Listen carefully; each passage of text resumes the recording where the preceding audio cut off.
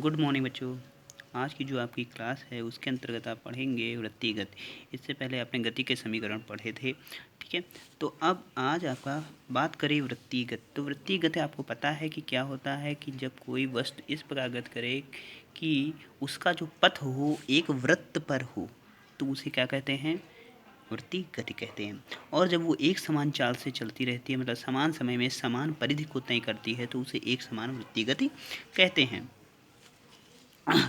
अब अगर बात करें तो जब कोई वस्तु एक समान चाल से चलती है तो आप कहेंगे कि जब एक समान चाल से चलेगा तो उसमें कोई परिवर्तन नहीं होगा वेग में, और जब वेग में परिवर्तन नहीं होगा तो उसमें कोई त्वरण भी नहीं होगा। लेकिन ऐसा नहीं है। अब कि वहाँ पे जब कोई वस्तु वृत्तीय गति करती है तो देखिए, पहले इधर उसका डायरेक्शन था, यहाँ पे आया तो इधर हो गया, यहाँ पे आया तो यहाँ, तो उसकी लगातार दिशा में परिवर्तन होता रहता है, जिसके कारण उसका वेग तो नहीं परिवर्तित, वेग का परिमाण तो नहीं परिवर्तित होता, लेकिन दिशा परिवर्तित होने के कारण वहाँ पे एक त्वरण उत्पन्न होता है, जिसे अभिकेंद्र त्वरण या कोणीय त्वरण कहते हैं। क्या कहते हैं? कोणीय त्वरण कहते हैं।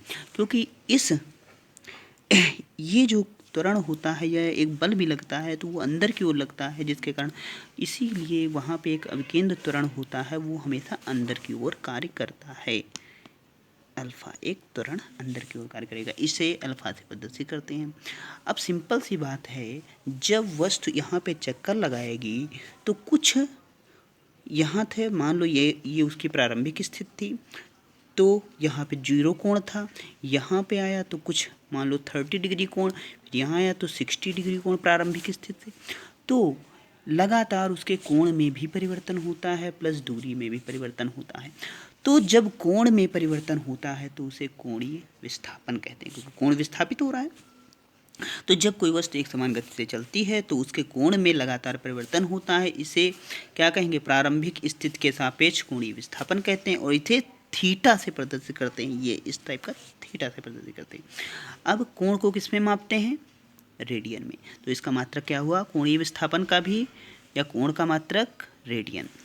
अब अभी आपको एक चीज़ बताया कि वो जिस वेग से या उसके कोणीय विस्थापन में जिस हिसाब से, मतलब समान समय में कितना कोणीय विस्थापन हो रहा है, या एकांक समय में उसने कितना कोण कवर किया या चला, उसे कहेंगे कोणीय वेग कह देंगे, और इसे ओमेगा से प्रदर्शित करते हैं। तो हमने क्या कहा पहले? कोणीय विस्थापन बटे समय, एकांक समय में तय किया गया कोणीय विस्थापन ही क्या कहलाएगा? कोणीय वेग कहलाएगा। इसे ओमेगा से प्रदर्शित करते हैं। तो कोणीय थीटा अपॉन टी मात्रक रेडियन पर सेकेंड, ठीक है।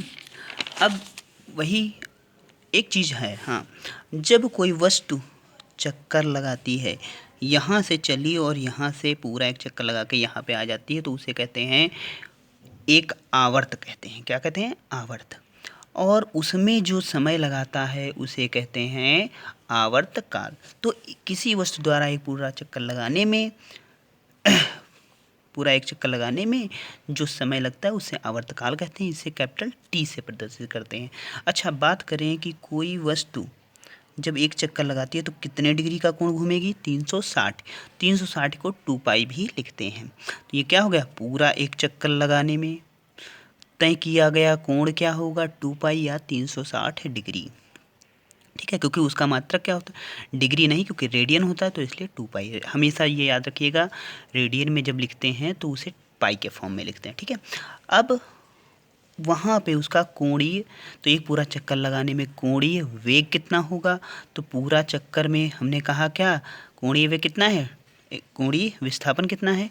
2 पाई, और समय कितना लगा है? कैपिटल टी, तो 2 पाई अपॉन टी, ठीक है। अभी यही बात अभी इससे पहले बताया था, कोणीय त्वरण क्या होगा? कोणीय वेग में परिवर्तन बटे समय।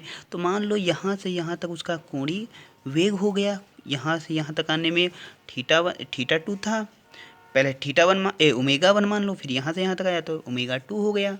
तो इस तरह उसका वेग परिवर्तन क्या हुआ? कोणीय वेग परिवर्तन हुआ omega 2 minus omega 1 upon delta T, ठीक है। ये अल्फा से इसे रिप्रेजेंट करते हैं। तो इसे डेल्टा का मतलब होता है उनके बीच का डिफरेंस या परिवर्तन। डेल्टा टी मतलब जो उनके बीच में समय अंतराल लगा। अब अगर बात करें कि कोई एक घड़ी है, कौन सी घड़ी में जो मिनट की सुई है वो उसका कोणीय वेग की परिकल्पना कीजिए।